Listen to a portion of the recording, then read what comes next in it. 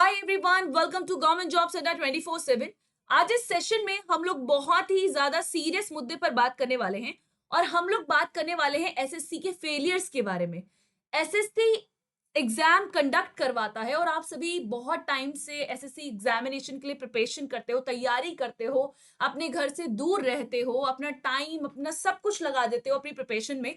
But जब exam देने की बारी आती है वहां पे कहीं ना कहीं जब सिस्टम खराब हो जाता है ना, तो ये एक कैंडिडेट के करियर का सवाल है। और यहाँ पे हम लोग एसएससी का इतना बड़ा फेलियर अभी सिलेक्शन फेज एग्जामिनेशन में देखा गया है, उसी के बारे में डिस्कस करने वाले हैं। क्योंकि अभी आने वाले टाइम में हमें एसएससी एमटीएस का पेपर देना है, एसएससी सीजीएल का पेपर देना है, एसएससी सीएचएसएल का पेपर देना है, और ऐसे बहुत सारे एग्जाम है जो एसएससी कंडक्ट करवाता है और आप लोग उनके लिए तैयारी करते हो।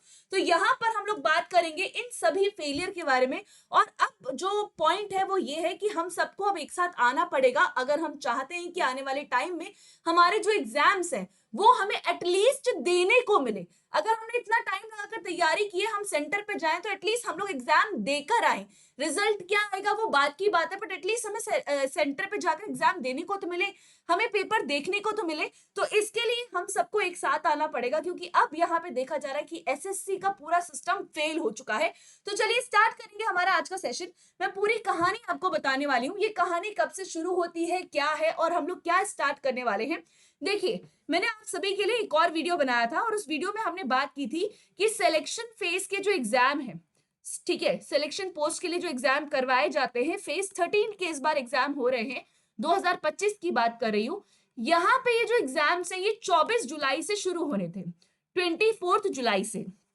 ठीक है, सबसे पहले हमने बात की थी कि एग्जाम की जो सेंटर है, टीयर 1 एग्जामिनेशन के लिए एग्जाम के सेंटर 500-600 किलोमीटर दूर दिए गए हैं। अभी हमें टीयर 1 का पेपर देना है और इसके लिए भी सेंटर 500-600 किलोमीटर। देखा जाता है कि एग्जामिनेशन सेंटर दूर आते हैं, बट वो टीयर 2 या फिर जो आपकी फाइनल फेजेस होती है वहां पर देखा जाता है।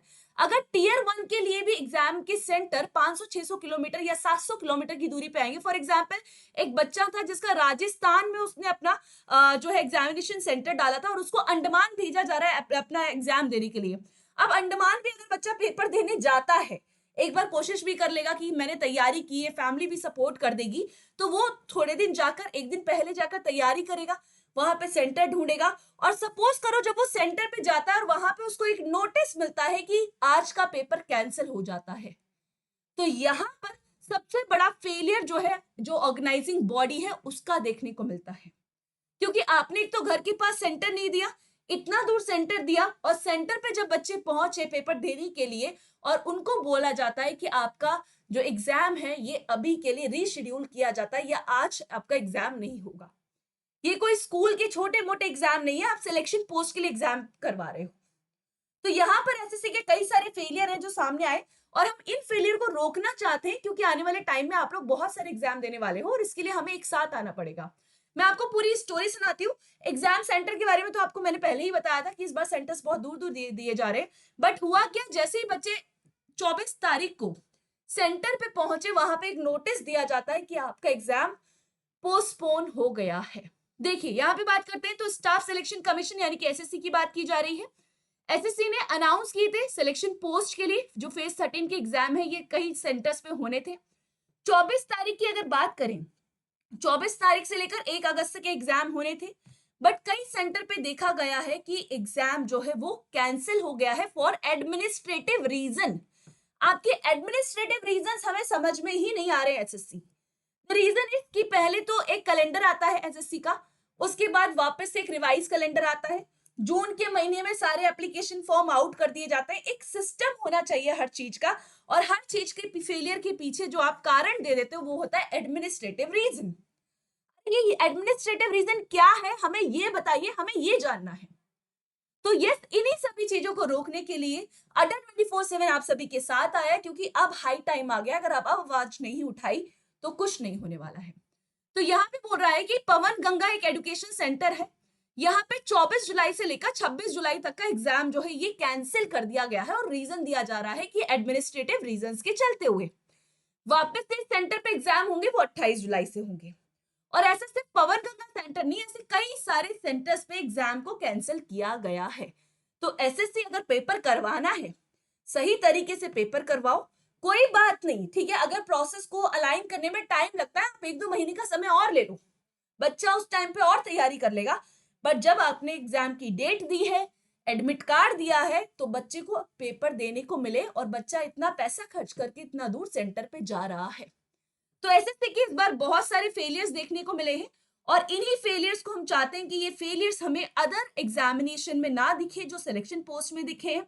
पहली हमारी डिमांड रहेगी एसएससी से कि जहां पर बच्चे ने अपनी रिक्वेस्ट डाली है, आप लोग जब एप्लीकेशन फॉर्म फिल करते हो, वहां पे अपनी रिक्वेस्ट देते हो कि हमें जो एग्जाम का सेंटर है वो मेरी सिटी में इतने ये एरियाज पे चाहिए, तो वो जो आप प्रेफरेंस डलवाते हो 3, उनमें से एक सेंटर तो बच्चे को दिया जाए एटलीस्ट। एक ये रिक्वेस्ट रहेगी हमारी आने वाले एग्जामिनेशन के लिए, एसएससी के लिए। दूसरा, इस बार सिलेक्शन पोस्ट में ये भी देखा गया कि बच्चों के एडमिट कार्ड तो दे दिए हैं, बट वो ब्लैंक दिए हैं। एडमिट कार्ड ब्लैंक देने का मतलब है कि वहां पे आपका टाइम बता दिया कि आपका पेपर जो है वो 24 जुलाई को है, फर्स्ट शिफ्ट में पेपर है, बट आपका वेन्यू नहीं दिया है। अब आप 500-600 किलोमीटर की दूरी पे सेंटर दे रहे हो, एटलीस्ट बच्चे को बताओ तो कि वो कहां जाकर पेपर देगा। कैसे पता चलेगा उस बच्चे को कि उसको कहां जाना है? और अगर दूर जाना है तो उसके लिए बच्चे को पहले टिकट करना होगा, सारी तैयारी करनी पड़ेगी। तो एसएससी अगर एडमिट कार्ड की अगर हम बात करें, या आप सेंटर अगर दूर दे रहे हो, तो उसके लिए भी एक प्रोसेस होना चाहिए। अगर सेंटर दूर है, पहले तो दूर मिलना नहीं चाहिए टियर 1 एग्जामिनेशन के लिए, बट अगर फिर भी किसी का दूर चला जाता है तो एटलीस्ट 1 वीक पहले हमारे पास एडमिट कार्ड आए। 1 वीक पहले देना एसएससी को लगता है कि नहीं, हमें फेयर मींस के थ्रू एग्जाम करवाना है, तो 4 दिन पहले हमें एडमिट कार्ड चाहिए। एक ये रिक्वेस्ट हमारी एसएससी से होने वाली है।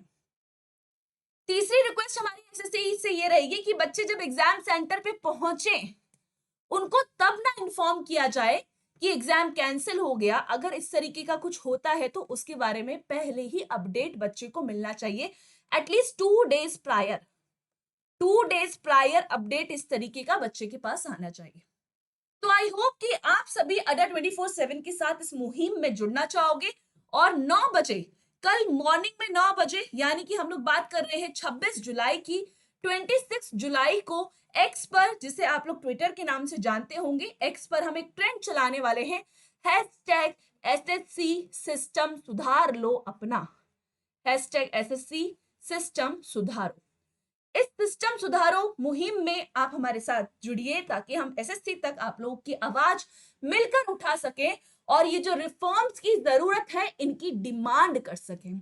आई होप कि आप सभी हमारे साथ होंगे इसमें, क्योंकि कहीं ना कहीं ये एक टीचर की या एक अकेले स्टूडेंट की प्रॉब्लम नहीं है, ये कलेक्टिवली उन सभी स्टूडेंट की प्रॉब्लम है, क्योंकि ये इशू किसी के भी साथ हो सकता है जो एसएससी एग्जाम्स के लिए तैयारी कर रहा है और 2025 में अपना पेपर देने वाला है।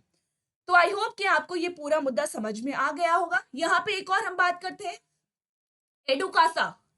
एडुकासा इंटरनेशनल सेंटर है, यहाँ पे ये भी एसएससी का सेंटर है जो कि हुबाली में है, और यहाँ पे भी एग्जाम 24 तारीख को शेड्यूल किया गया था, but due to technical glitch centre पे जाकर बच्चों को पता चला कि एग्जाम कैंसिल हो गया है।